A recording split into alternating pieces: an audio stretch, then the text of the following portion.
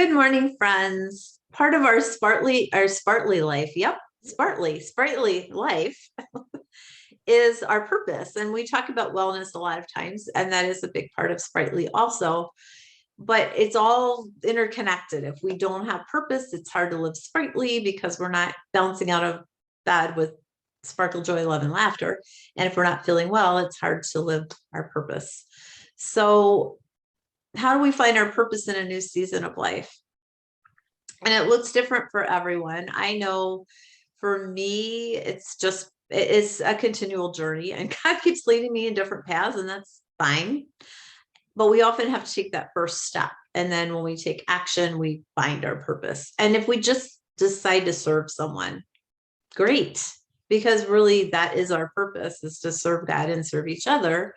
So if you're not sure, think of some way you can serve today and do that, and you're living your purpose.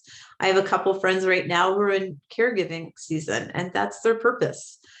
They're caring for another human being, and that is really important. And so I think sometimes they'll think, I should be doing more. No, if you can do more, great. I think for caregivers, yes, absolutely, we should do some of that self-care and all, but really our focus is on our person we're caring for and our own self-care. And if we can do something else, that's awesome. But we shouldn't feel like we should or have to, or so yeah, it really boils down to service. And how will we serve Uh-oh. life? You may have frozen. Yeah. Well, I hope not.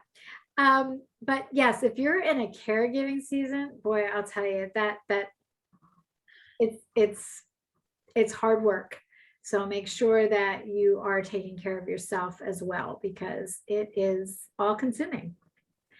And we watched mom go through it when dad was diagnosed with Parkinson's, and it is all consuming. And don't feel guilty for taking time for yourself as well, because you absolutely need time to refill your cup and get replenished yourself, so that you have the energy to focus on that person that you're caring for. So get help, so that you don't, so that person is being cared for as well. But make sure that you're caring for yourself if you're in that caregiving season, because it is all encompassing. Mm-hmm. It is. And it's that oxygen mask thing. We've all heard it. The analogy of, like, when you're on the airplane and they tell you, if oxygen drops down, you take your oxygen first and then help someone else's, if you have a small child or whatever. But yeah, if we're not filled, we can't, it's hard to serve. We can serve, but we're not probably serving well. And we can't afford for ourselves to get sick because we're responsible for this other person. So it's not selfish. It is absolutely necessary. And like you said, Melanie, there are people to help. I know both of our friends have community here to help them and sit with the spouse while they do what they need to do. And it's not always, a thing they have to do, like an appointment. I have one who goes for regular massages and gets her hair done, and those things are super important. So it's not selfish. It's probably the most unselfish thing you can do for your loved one that you're caring for, is take care of yourself.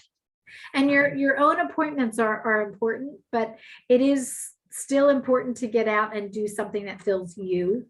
So yes, I'm sure you feel like, oh, I've already asked somebody to sit with my loved one because I have to go to this appointment. That's fine, but you still need to do something that fills you. It's just imperative. So. It is. And most of us are happy to sit with somebody. I would sit with somebody. So asking me is not inconveniencing me. Obviously, if I can't, I'll say I can't, I'm not available, but it won't be because I don't want to. Right. And most people want to do that. It's usually a simple thing, and it's some way we can help because we don't always know what to offer.